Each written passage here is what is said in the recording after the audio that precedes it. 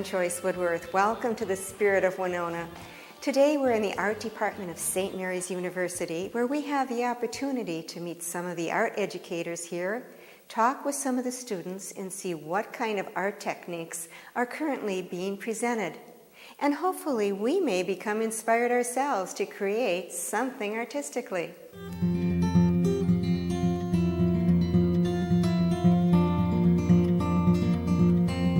Preston Lowering, who is the chair of the art department here at St. Mary's University, and I grabbed him here to ask him a few questions about the art department and what's going on here. Great. Hi, Preston. Hi, how are you? Nice to see you. Oh, great. Now, Preston, tell me first off, how many students are in your art department, and kind of give me an idea of who are art majors, or how many are art majors and how many are just here taking classes. Great. We have about 70 art majors. They're split between graphic design major or an art studio major. We also offer several classes to the general public, the general college, for aesthetics, drawing, things that students want to be able to take some class that's artistic without being majors. So we are open to that as well. Our majors are mostly graphic design. They are trained with web design, illustration, graphic design projects, and our studio majors are painters, drawing, printmaking, sculpture, and ceramics. A lot going on in technology today that students are interested in, and we are on the cutting edge of a lot of things that are happening digitally and computer-based as well. All right, now tell me about this class right here. This looks like a typical painting class that you have going on. Right. This is a painting class. We have usually about 18 in the class. These painting students are working on portraits today. We usually do 6 or 8 projects over the course of a semester, several weeks apiece. And we're dealing with acrylic paints due to toxic problems and ventilation needs. Acrylics are easier to learn for beginning students. What happens to your students after they leave St. Mary's University? Where do these art students get placed? Students, some go on to graduate work, to do graduate work. We have several students that work for museums, if they're a studio type of major. Some are working on their work full-time. We have graphic design students that are placed in major art direction companies, commercial art types of venues, and working for a variety of things. Fastenal, some local students decide to stay and work for the local firms as well. Well, tell me exactly what you teach. I teach painting, drawing, printmaking, and illustration. So mostly the hands-on things. My belief is that we learn a lot through our hands physically, so that students tend to lose that if they're focusing solely on a commercial computer type of programming. Okay. Now I know that you're a wonderful painter yourself. Now what kind of tips and techniques would you give these painters? The main thing that I hope the students will learn from me and from the faculty that's here is the ability to really see and pick out things instead of just looking and painting, copying something, to look and see the detail, the depth, the color, the texture, putting all of that back together. So it's important to have good perceptive skills if you're going to be a successful artist. Now tell me about yourself. What kind of a joy do you get out of teaching art? I love to teach. My undergraduate work was in art education, and I get excited about having students learn something new, that kind of light bulb that comes on. And we all are touched with favorite teachers and mentors, and I hope that I'm able to do that with some of the students as well. Well, Preston, I'd really like to go around and talk to maybe a few of your students and see what their opinion is. Certainly, that'd be great. Okay, I'll do that. Thanks.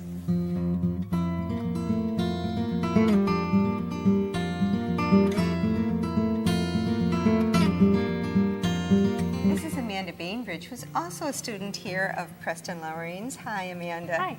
Now tell me about your degree. I understand that you are a full-fledged studio artist. That's right. I'm a studio art major, which means that I don't deal as much with computers or graphics like that, but I deal with hands-on stuff more, and painting and drawing and kind of the basic studio classes. Why did you come to St. Mary's University? Well, I was thinking about the different colleges that I could possibly go to after high school, and a friend told me that he was going to be going here, and I came and checked it out, and I really liked it. Saw the art department and thought that they had a great space going on here and some neat faculty that I met, and I just really thought that this would be a good place for me to go. Okay, is it turning out that way for you? Yeah, it is. This is a great environment to be working, and lots of fun people that I've met and gotten a chance to work with, and neat classes that I've been able to take. So Good.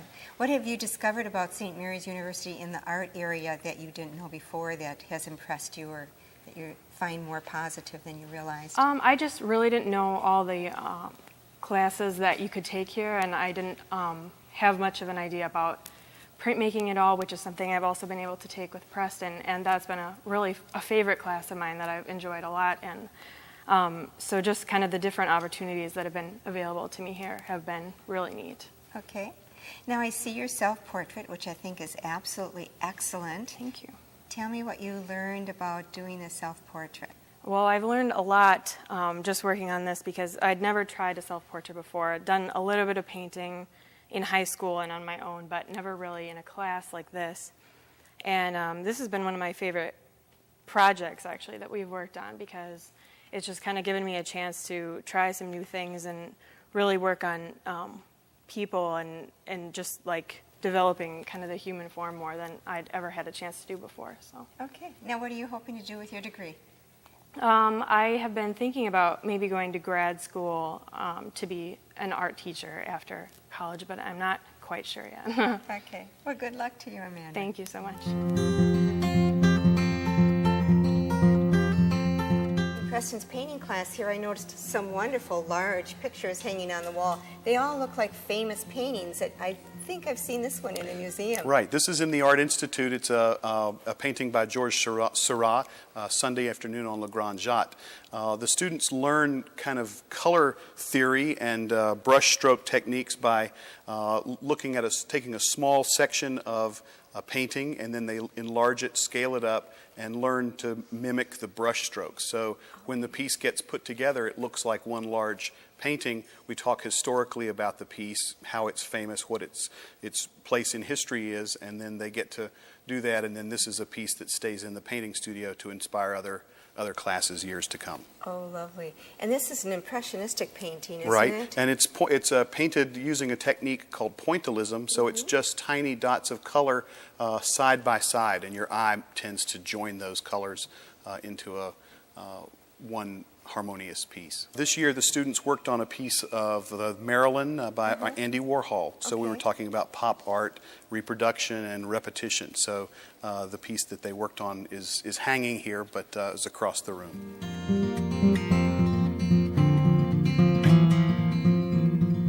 Now, this is one of the large paintings that I was very impressed with walking in this room. This is Andy Warhol's screen print painting of Marilyn Monroe. And I understand the project was a picture. This is the picture that they got of Marilyn. And these are some of the colors that Andy worked with showing Marilyn.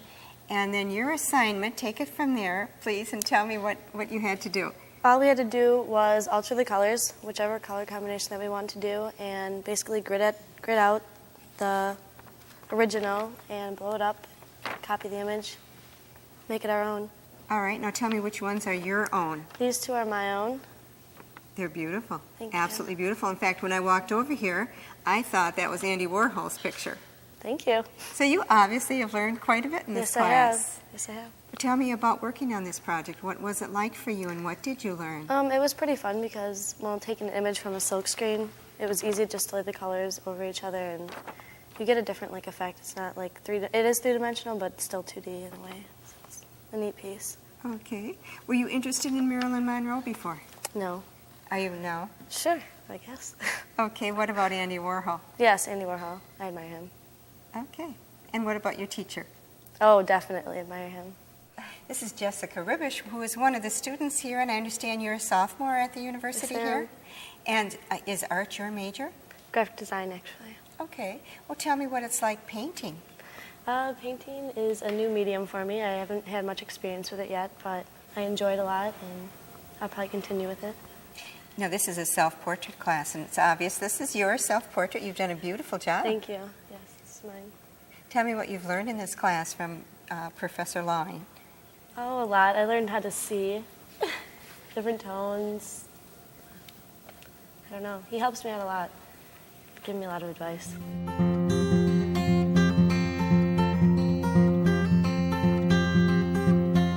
From Preston Loring's painting class, we entered Sister Margaret Mary's metal sculpture class. We found Sister Margaret in the corner welding metal hair on the frame of a huge horse sculpture. When first meeting with Sister Margaret, by looking at her, I imagined her to be drawing and sculpting flowers of some kind, and must say I was surprised to see her welding together a massive horse sculpture.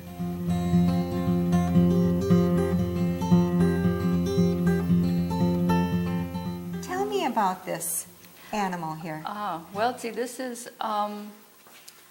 a welded piece. It's been done with some wire feed welding, some oxyacetylene welding. It's a commission piece. It's going to be outside when it's finished.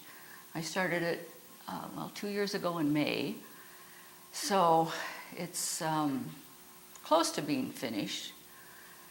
It's done with mild steel, so when it is placed outside, it will rust. We'll allow it to rust, and then we'll put some coating on it to protect it so it'll last a bit longer.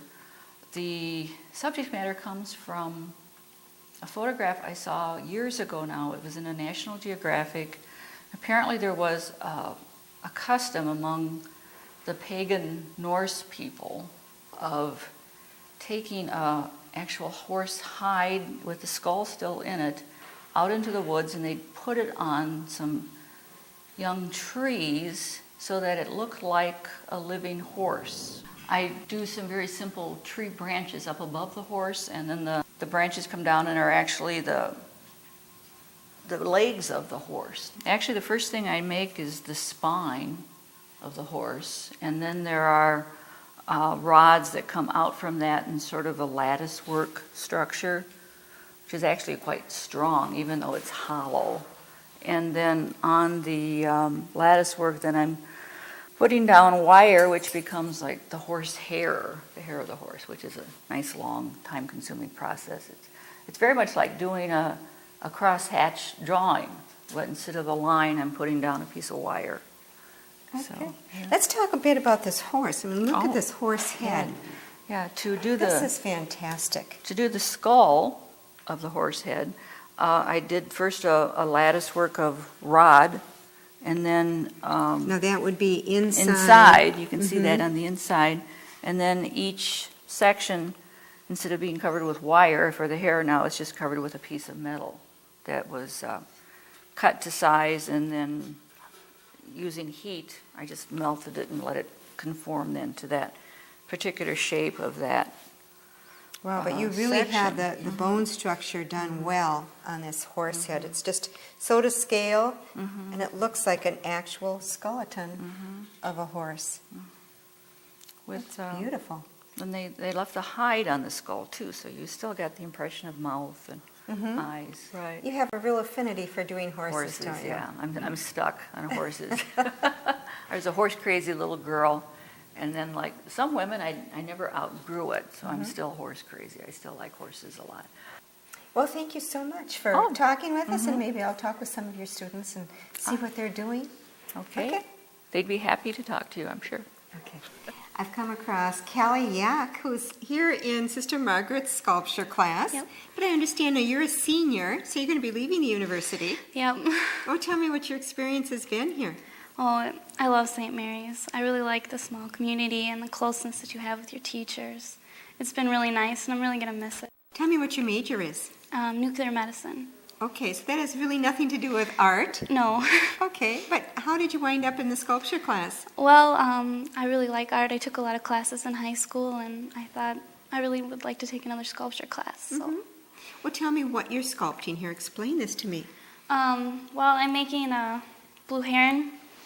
So I first made the framework for it, and I'm going to then cut out all these feathers and lay them down because I want it to look like as much as a blue heron as it can. It's going to be beautiful.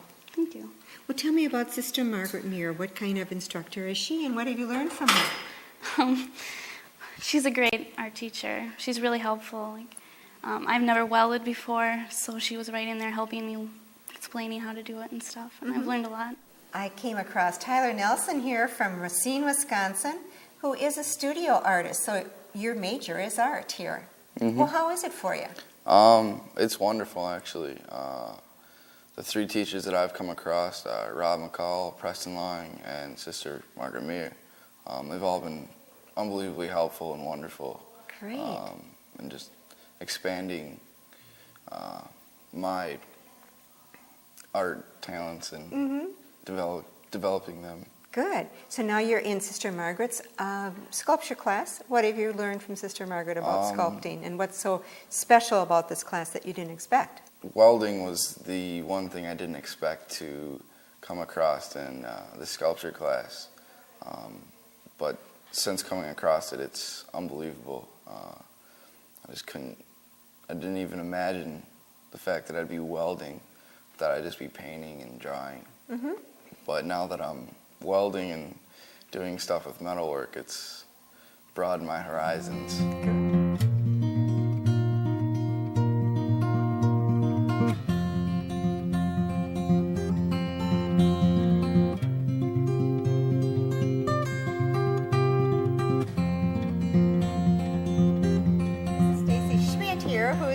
Doing a little glass pottery. It looks like, are you making a mug? Just making a cup, Okay. a type of cup.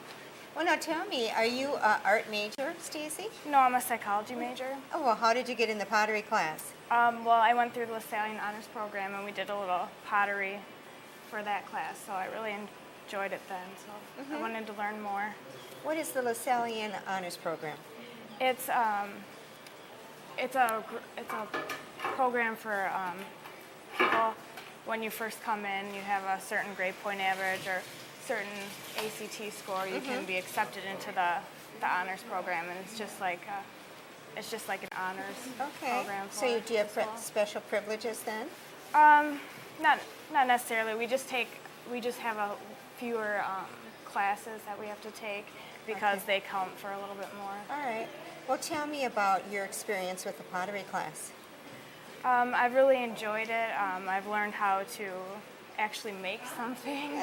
So gone through like the centering process of learning how to center it, and then learning how to make like bowls and cups and cylinders. So it's been interesting. Okay, and tell me about Charlie Campbell, your teacher.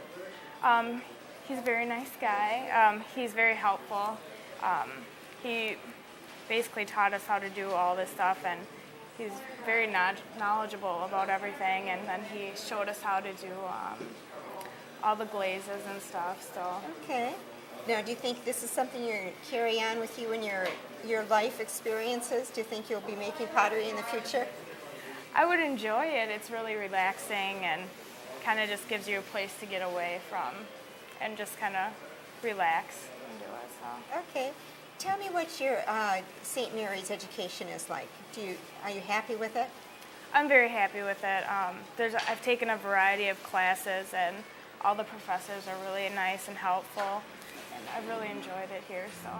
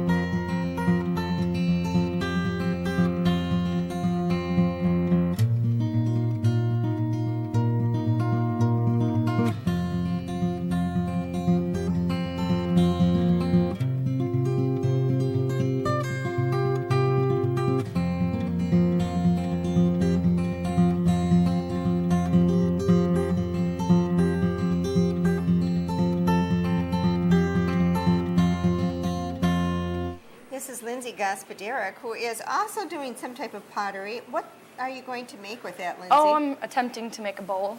Oh, wonderful. All right, well, tell me about your experience in the pottery class. What are you learning? Well, I've actually learned a great deal of things. We learned how to do cups, bowls. We're learning teapots now. Not sure what we learned in the beginning. In the beginning, we just did cylinders, simple things. And now we're doing more complex things like bowls and cups. Now, are you an art major here Yes, at the university? I'm a graphic design major, and I'm the only one in this class, actually, that's an art major. Really? Yep. Well, tell me about the art program here. Well, we have very small classes. We only have like anywhere between 10 to 20 kids in a class, so you get a lot of hands-on and individual help with teachers. And I've learned a great deal in graphic design, also in ceramics and painting classes. Well, show us the finished product now. These are some of the finished products. You start out making a bowl, and these are still really soft. And after they turn semi-hard, you tip them upside down on the wheel, and you carve the bottoms. So then they have a stand to stand on. And then when you flip them back over, then you glaze them from here down, so then the glaze doesn't get on here, so then you can fire it. So, Looks like you're having a fun time. yeah, it's fun, but it's really messy. Okay, so would you recommend other people to come to the art department here and become an art major at St. Mary's? Yes, I would. You get a lot of individual help, and yeah, it's very successful so far. And I'm Okay. done in 3 weeks, so. Well, tell me about Charlie Campbell, your pottery instructor. He's awesome. He's a great guy. We've learned a lot. He really knows his pottery.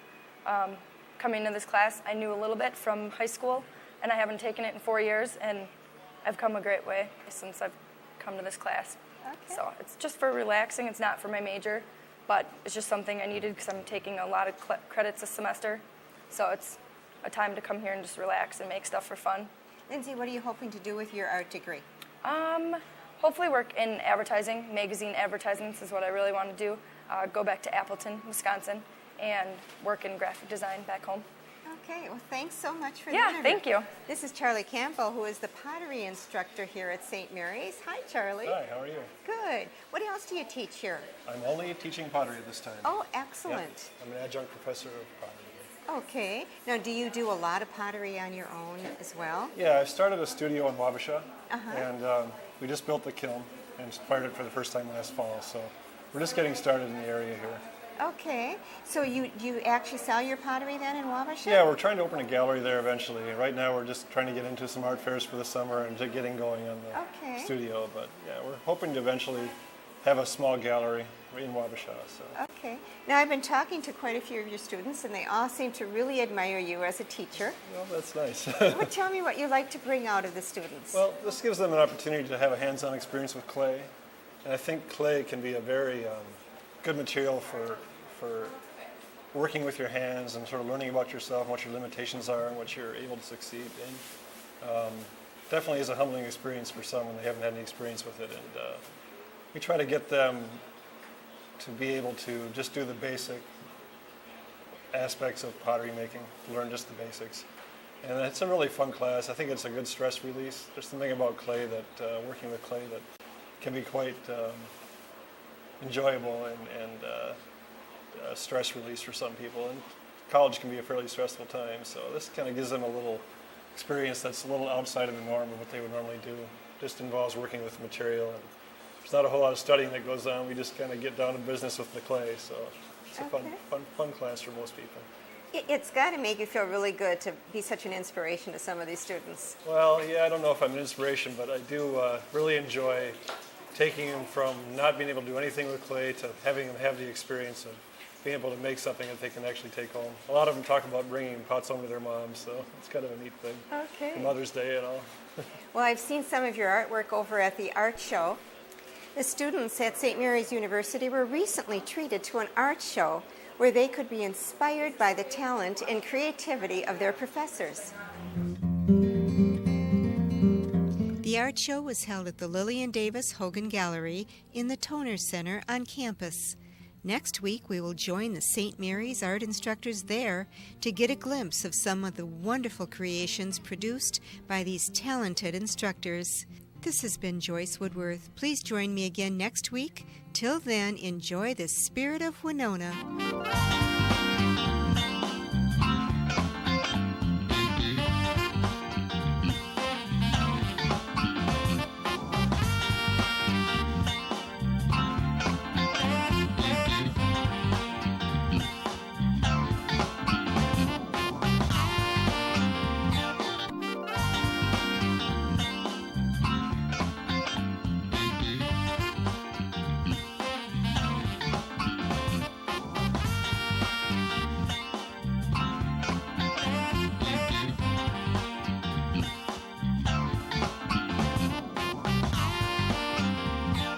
This is Joyce Woodworth. Welcome to the Spirit of Winona.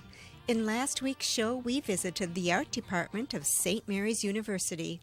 We went into the classrooms and talked with students and faculty to find out firsthand what is being offered at this college to prepare the students for the current art world. In today's show, we will visit with the art instructors at their yearly art show to get a glimpse of the talent they share with their students. The art show was held at the Lillian Davis Hogan Gallery in the St. Mary's Toner Center. 8 faculty members showed off their medium of choice from their repertoire of artwork they themselves created.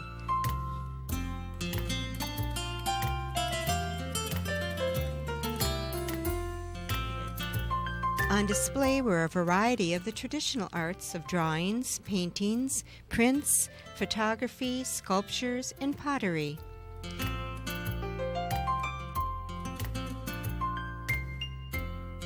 As well as a newer art media using electronic and digital imaging. Brother Roderick Robertson, who has taught art for 30 years at St. Mary's University, began teaching drawing and printmaking. In college, he became interested in antique photographs as an art form. And when computers were invented, he discovered how he could scan the photos and use them along with the software Photoshop and Illustrator to create these interesting prints, which he calls mandalas. This is a photograph of my mother when she was in the band in high school, and I got that from my aunt, and I took it, scanned it in, and then worked it in Photoshop. And what I usually do with my photographs is I isolate the figure, as I did here, and then try to revolve them around in a circle. And then I introduce color using a program called Kai Power Tools, which is a plug-in in Photoshop. And that sort of introduces the color into it. And just sort of play with the color and see what happens. These are all family photographs. About a year, 2-3 years after my parents died, my aunt sent me a series of photographs that she had in her scrapbook, and I just found some of them very interesting, and so I started scanning them in and playing around with them the way I had done with some of the early cabinet cards. This is my sister, Jean, when she was a little girl, and she was at the county fair on the Ferris or on the merry-go-round. And so I took that photo and isolated it and created this sort of a merry-go-round. It just fit the theme of the kind of thing that I was doing, working with the circle, which looks sort of like a mandala. It can look like any number of things. It looks like an eye in some of them. I just feel that the circle has a lot more to say than a rectangle.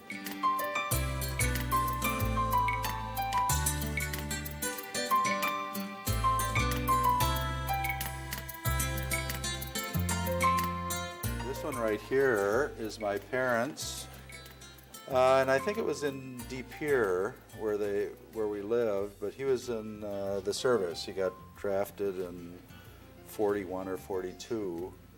And so this is a picture of him in uniform and my mother on the front steps. And sometimes in the center, I'll take this photograph and flip it upside down because when I get this eye figure, that's sort of what you see. That's the way your eye takes it in. It takes it in upside down, and then your brain turns it upside right. This one was taken when my dad was still in the military. He was down in Amarillo, Texas. And so my mother and her girlfriend got in a car, and this is right after the war, drove all the way down to Amarillo from Green Bay, and went out to, this is Paladuro Canyon in Texas, in the Panhandle. And so I tried to get the color and the sagebrush and the big moon and so on in the picture, and sort of the coloration. And this is a picture of my mother who worked at the Broadway garage in De Pere. And this is actually where my father met her, because in this picture we see him in front of the standard station that he was operating at the time. And so I included the picture of my mother at the Broadway garage and then my father in front. And we have the same thing going here with sort of the visual of the eye and then the upside down photograph and actually a negative of the photograph. Because we read photographs that way, or we read everything that way actually with the eye. The eye sees things upside down and our brain puts them upside right.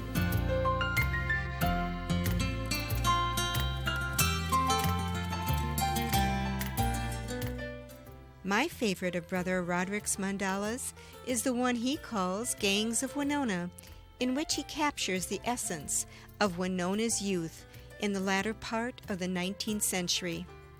He used an antique photograph taken at the lath mill from a local lumber yard when child labor was still in effect. He scanned some of the boys in the front row, capturing their youthful exuberance and indifference, and with his technology brought them alive once more with the rich colors created with his computer.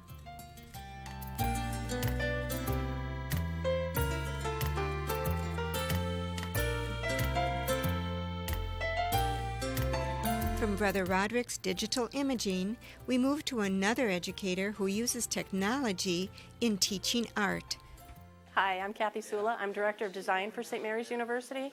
My full-time job is design for the university in terms of publications, print materials mostly, anything from brochures, Christmas cards, catalogs, posters, forms, etc., to high-end color work, glossy brochures, and things of that nature, a little bit everything publication-wise. My role in the St. Mary's Art Department is as adjunct instructor for graphic design. The production end of it, the course I teach is electronic prepress, and that's a method of helping the students learn how to take what they could design on their computers and make it actually reproducible for commercial offset lithography, for example. So while everyone might be able to design beautiful things on screen, making it actually something that can be mass-produced is perhaps a different matter, especially in the commercial and the business world. So my role is to help the students learn how to make that transition. Some of the pieces I've done for the show include some fictional works, such as the fictional book cover for Connery. And it's highly graphic, black and white, just a color laser print.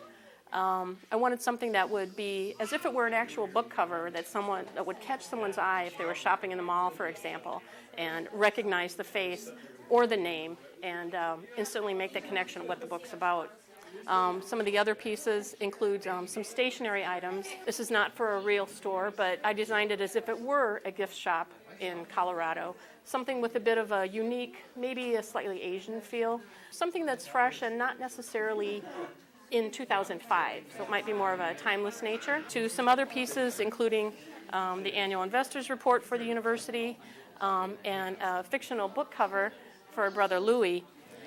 It's not a real book. I've been asked by a lot of people, when did he write that? What's it about? It's just a book cover. It's just art that I created for this show exclusively. What was unique about this publication is that it was produced very inexpensively, yet we're trying to achieve high-end design with it. So even though it's just printed in two colors, which for commercial printing is pretty inexpensive, we felt it had some drama and represented the university well in a highly stylized way. This was a Christmas card that was designed for the university and sent to our alumni, benefactors, friends of the university. And this was done for Christmas of 2002. We wanted something that was spoke of the message of peace throughout the world, but not necessarily something that was Christmassy, red, green, blue, silver, angels, things of that nature.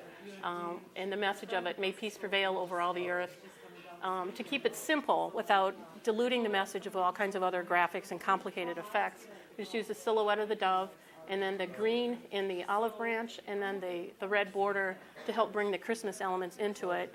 It's a non-standard color for Christmas, but it was very well received because it was simple and the message of the piece did come through on this one.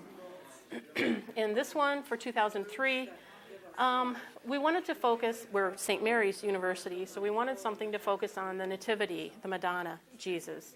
And in designing this one, it has sort of a woodcut feel to it, but it's all computer-generated art. I wanted something that was bold and striking, yet I wanted the skin tones of the Madonna and Child to be not necessarily blonde, blue-eyed Madonna, as is often represented, but something that was maybe every person's skin color, so that all of our constituents could perhaps relate to it. For 2004, this one came about from the message more of the gifts that we can bring to the world. And actually the quotation was from the writings of St. John Baptist de La Salle. The message says, "The star did not appear to them in vain, for this sight caused them to receive the grace of God." And then as part of the show, as I'm also a teacher, adjunct faculty member in the art department, I wanted to show my students how I came to create this, the elements that were used in here. It's a stock photo image, not a great one, but it's what I started with because it had the shadows and the color that I wanted for the most part. And then 3 different clip art images that were manipulated. I wanted it to look like it was actually maybe the 3 magi in silhouette, as if they would have just stopped at a hillside to look across and see the star and see where they're going. I wanted to get that message across. And if I'd had more time, I would have done a little bit of dust kicking up at the edges and maybe a swirl of a cape, as if they had just stopped their camels to take a look. But I think it came across well for what we were trying to accomplish. Even though technology plays a big role in art education today, the basics of art are still extremely important to every artist. John Whelan shows us how he has fun with a simple pencil and mirror, yet creates wonderful art related to the study of human nature. I teach art history at the moment here at St. Mary's as an adjunct faculty. I taught at Luther College for 23 years, and what I'm showing are a series of self-portraits I did. Most of them are rather unusual to most people, but they represent the study of what used to be called physiognomy, which was an ancient idea that you could tell about somebody's essential character by their facial type as well as their expressions. It dates back to antiquity. It's led to some great artwork, but also led to some silly notions such as criminal types with having a certain kind of beady eyes, et cetera, et cetera. But in the case of my own, I used a mirror and a pencil, and then studied my face in different expressions. These two are mounted together. They're 2 examples of myself where hopefully you can both see some of the structure of my mouth, my neck, and so on, the face as you twist it and turn it, but also clearly an attempt to create some expression which is funny in this case. Well, I've been drawing since I was a little boy, and I've taught drawing for many years, about 30 years. And I've always told my students, especially if they want to understand the structure of their head and do portraits, that you're a very good model because you're always available, you're free, and you will probably twist and pull on your face and poke at it in ways that none of your friends would ever do it for you. So here's an example where I decided to stick a finger in my mouth and give it a yank. There are 2 other drawings I did which are not in this group where I put in 2 fingers and even got up to 3. But this one was the only one I decided to show. The next 2 in a row, pretty much twisting my face in one direction and then kind of back in the other direction.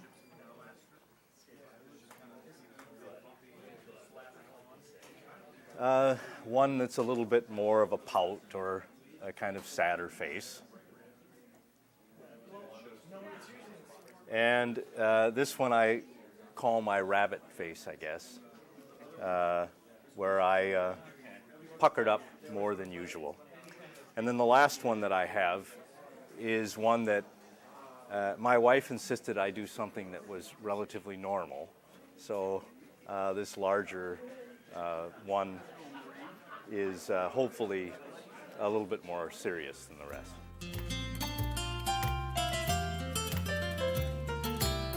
From John's fun caricatures of himself done with simple pencil drawings, we move to a real contrasting art form.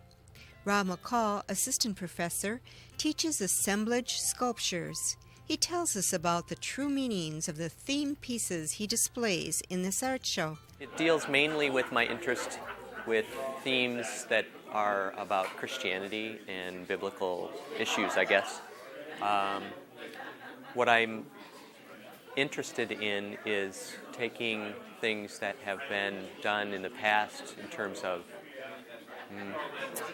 Christian art history. We often think of Christian and art as being something that existed maybe centuries ago, and then there's this 100 years of modernism where those two didn't meet, and I'm trying to sort of put them back together again in a contemporary context. This piece is called Offering, or Trickle Down.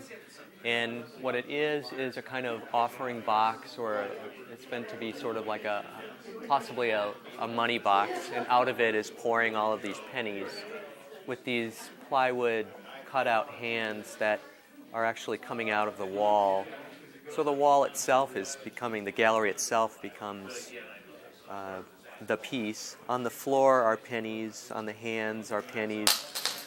But to me, it's more of an idea of this vertical relationship of where things come from, or where we might possibly get that which we find of value. With this piece over here, the title is called 30 Minutes Calm. I get the original title from a line in the book of Revelation. There's this image of, in the heavens, of being totally silent for 30 minutes where nothing happens. So this kind of this countdown, this very common Christian theme of linear time, where there's the beginning, God created, and then there's going to be an end, as opposed to a kind of Eastern religion where time is cyclical. So it's really sort of dealing with those issues of linear time. Okay, this piece is called Off Ramp. On each of the 10 panels are one of the 10 commandments. It's kind of the negative commandment, if you will. So it's murder, but then they're all X'd out. And each of the X's then sort of knits its way between the whole piece. The piece is tipping, or it's as though they're sliding off this table, because the 10 commandments right now in our society is really a controversial issue. So I wanted to do a piece that addressed that issue of why the 10 commandments are so controversial. With this one, it really was. It started out as just the phrase "body and soul" in my mind, body and soul, and this is what it came out as. Again, I have hands that are pierced. I have this rod coming through as a kind of clothesline, or a little rack on which are put these screen cutouts of hands, and the real firm solidity of the wooden hands versus the real delicate nature, the kind of shimmering image of the screen hands are playing off each other. So we have this idea of the soul and the body together.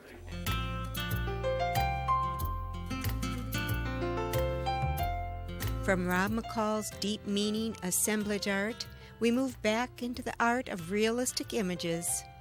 Preston Line, the chair of the art department, shares with us his creations from his printmaking skills and his talent as a painter.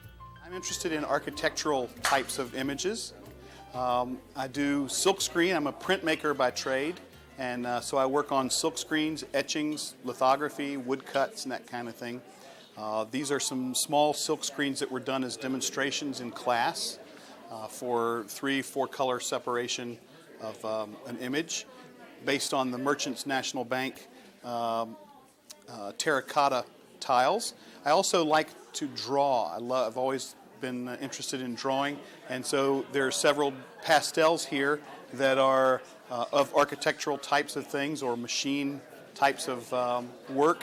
This is a pastel that's on a board with a gypsum coating and then a blue underpainting that will help kind of show through as the colors blend and sparkling, giving the air, the light, an interesting effect.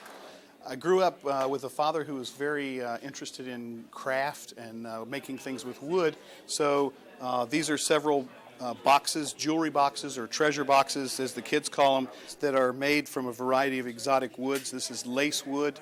It has purple heart splines and then maple inserts. It's lined with velvet and cove cut so that it has this kind of nice undulating sweeping motion there. They tend to lift off of the base because of that sweeping kind of motion. I made one for each of my 13 nephews and nieces, and these are the final ones for my wife and daughter. So a large one for my wife, smaller one for my 3-year-old daughter. I'm interested in how light plays off of manufactured and man-made objects. So I'm always interested in the play of shadow and light. When Old 261 came through this past summer, we took a lot of photographs. I did some sketches and some drawings of the large locomotive that was here in Winona, and this is a pastel of that particular piece, the same way that the others' drawings were done, and the texture is left over from kind of spackling the large areas with a palette knife, doing a red underpainting, and then the pastel on top. There are areas of bright color that tend to help things pop out, this blue sitting against this gray. Other areas where the reflected light bounces back up off the surface of the ground and lights the underneath so that there's actually a lot of color there as well.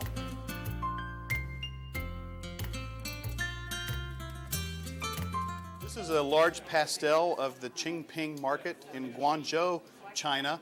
We were here adopting our daughter, and the market is one of the most internationally known for its food abilities, different types of things. You can get squid, you can get snake, you can get a variety of different things, and the alleys that are in between all of the buildings and the market stalls. This particular one caught my eye because of the gray, the rust colors against that blue sky, and then just one or two spots of bright color, lively plant. The buildup of color and tones and textures really works well for this particular one. There are lights and darks. There are 15 or 20 colors in the bricks, and the gray, sooty quality makes these silk colors stand out even brighter against that dark background. As an artist, I'm interested in the play of that light and texture and color interplay where your eye really makes it pop out.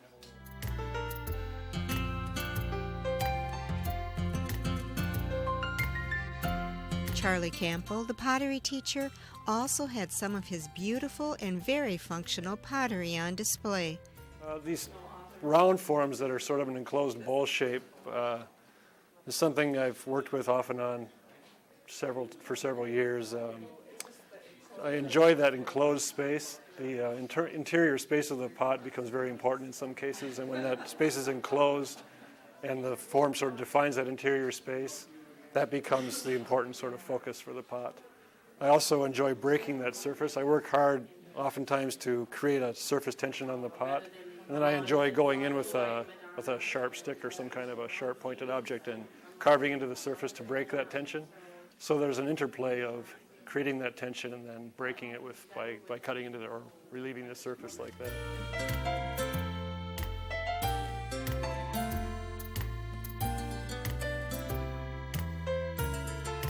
This is a teapot that uses two kinds of glaze, and initially you dip the pot, or I dip the pot in a clear glaze, and then this sort of persimmon red color, which is a color that's common with Japanese pottery, is applied over the clear glaze, and it creates this sort of pattern or breaking pattern that's sort of random on the pot. This particular glaze is very sensitive to the firing temperature and atmosphere, and it's a little bit hard to achieve.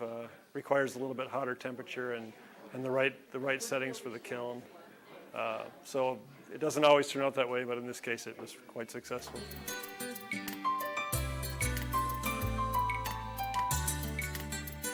Several black and white photographs were on display, presented by Michelle Cochran, who teaches photography and colored pencil drawing at the university.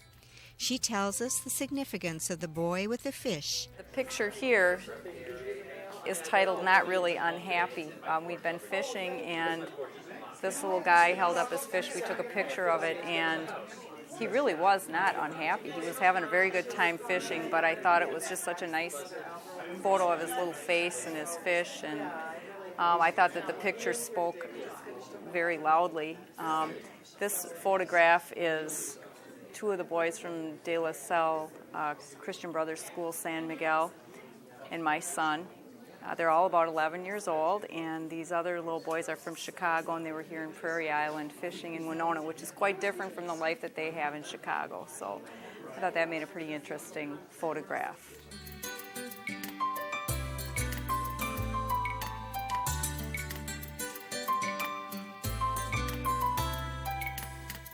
Well, we have discovered today that St. Mary's University is certainly up to date in their art department.